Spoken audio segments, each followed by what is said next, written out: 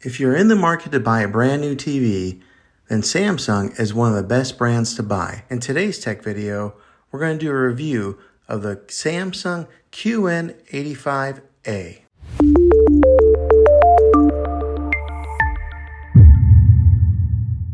Well, hey guys, Juan here. Thanks for stopping by my channel and checking out this video. This is a 65-inch TV that I just got and I've had for a little bit of time now, and I wanted to give my review on it after owning it and using it and putting it to quite a few hours of use with my kids and my family of watching TV, and to give my feedback and see if this is maybe a TV that you're interested in purchasing, and hopefully you can base that off of some of my opinions on being an honest, normal, average consumer of buying a television.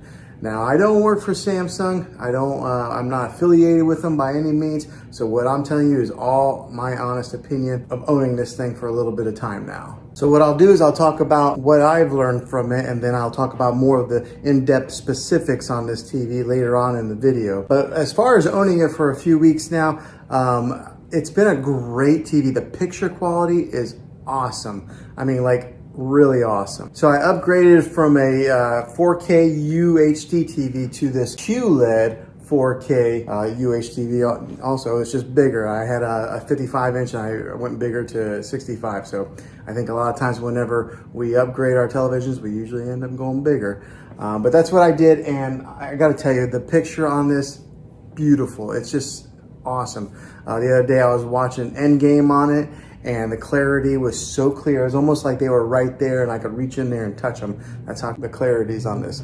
So like right now, I've got a background image on here. This is kind of like their screensavers that they have. Samsung has built in a ton of different kinds of screensavers that you can put on there. So instead of just having like a black picture, whenever you're not watching TV, you can have something that's pretty to look at just like this, and it stays on there for quite a long time. Now, one of the main reasons that I went with the QLED when I was shopping around for televisions, because I had it boiled down to two TVs. I was either going to get the Samsung QLED or I was going to get the LG OLED display, because I think that's what TVs are going to be going to in the future. So I wanted to make sure that I buy a TV that's going to last a while and it's going to be kind of future proof, because how often do you buy TVs for your main living room? Is, you know, every so many years. So I wanted to make sure that I got one that's going to last a while and it's going to be something that's going to be, you know, a good TV for years to come. But the reason that I went with this one, the QLED, was because when it comes to OLED and QLED, if you are in a room that has a lot of natural light, like for this room, for example, I've got a lot of windows over here. There's a couple windows over here.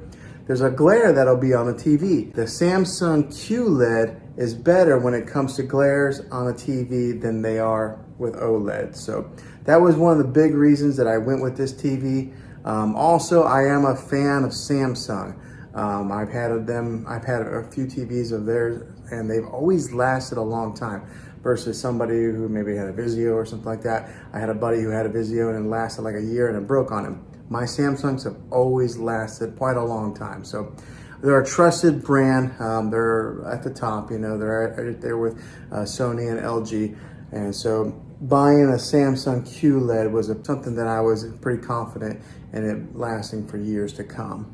Now, let me talk about some of the specifics of actually using this thing for a little while. This has what's called Bixby built into it, okay? And if anybody has a Samsung device, they're pretty familiar with what Bixby is. But if you're not, Bixby is kind of like Samsung's Siri, like Apple's Siri, or it's kind of like their Amazon Alexa, okay? It has Bixby built in it. So you can talk to this TV and turn it on with the Bixby command. You just say, hey, Bixby. But let me tell you, it's not that good yet, okay? Samsung has some work to do with that. I would have to say that Amazon's Alexa is the leader in the industry when it comes to artificial intelligence and talking with voice commands.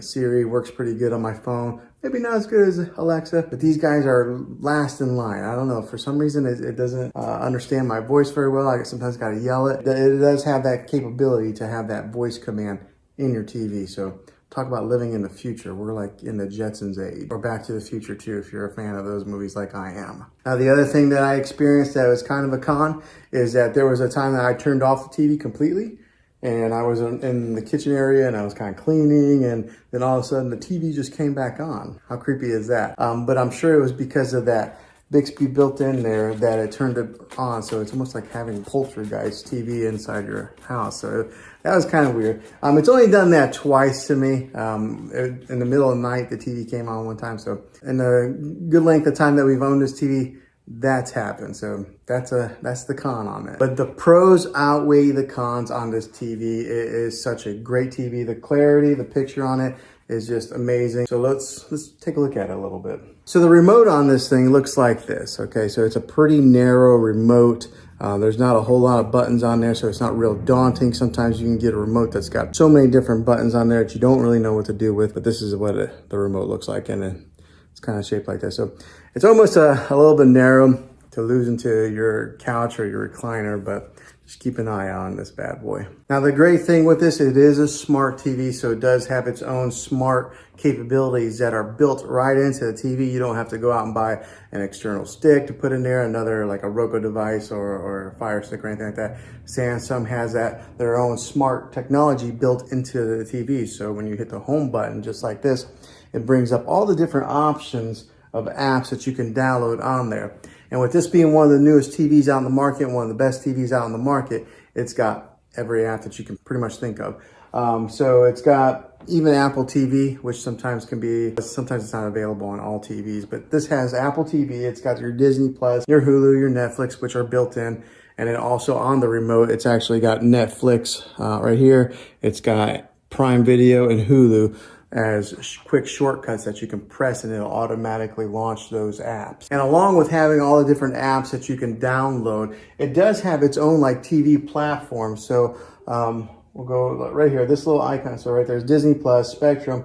That little icon there is kind of like their own built-in platform, and it's got free movies on there also. It's got movies that you can buy. I haven't used it too much because I've always just used our Netflix or our Disney Plus, but it does have that capability in case you buy it and you don't have a subscription to Netflix, Hulu, or any of the other ones. You can watch free movies on their built-in platform. And like I mentioned previously in the video, it's got its ambient mode, so it's got all these different options to select different screensavers on there. So we'll go to the ambient mode screen on this right now. Okay, so it's loading, and then on here on the bottom, it's got different kinds of features. It's got like My Album, so maybe if you wanted to upload your own pictures to the Samsung platform, you could have your own pictures displayed on here. It's got like artwork. It's got like different kinds of contemporary type of artwork. So it's got so many different features on there.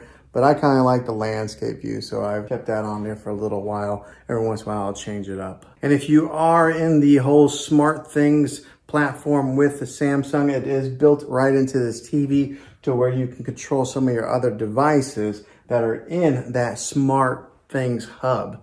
So that's kind of a neat little feature that you're able to access it right here on your remote through there. So another way is you could always just dive into your phone, download the Smart Things app, and do it that way also. So it gives you so many different ways of being able to access your content, and they do it very easily. All right, so for example, right here, this is Endgame. I wish you guys could really see the clarity of this screen here. It's kind of hard to tell from recording on it like this, but it's got excellent quality, and the sound is pretty good for just being the built-in speakers on a TV. I know a lot of people will get sound bars to put at the bottom of their TV or mount them. It has pretty good sound for just being the standalone speakers that are built in. Another great feature with this TV is the bezel that goes all the way around the TV right here. It's really thin, so most of what you see is just screen. There's not a whole lot of plastic that you see along the edges. Now this is a 65-inch TV. That's what it's advertised at, but I want to put a tape measure on it so that way you guys can see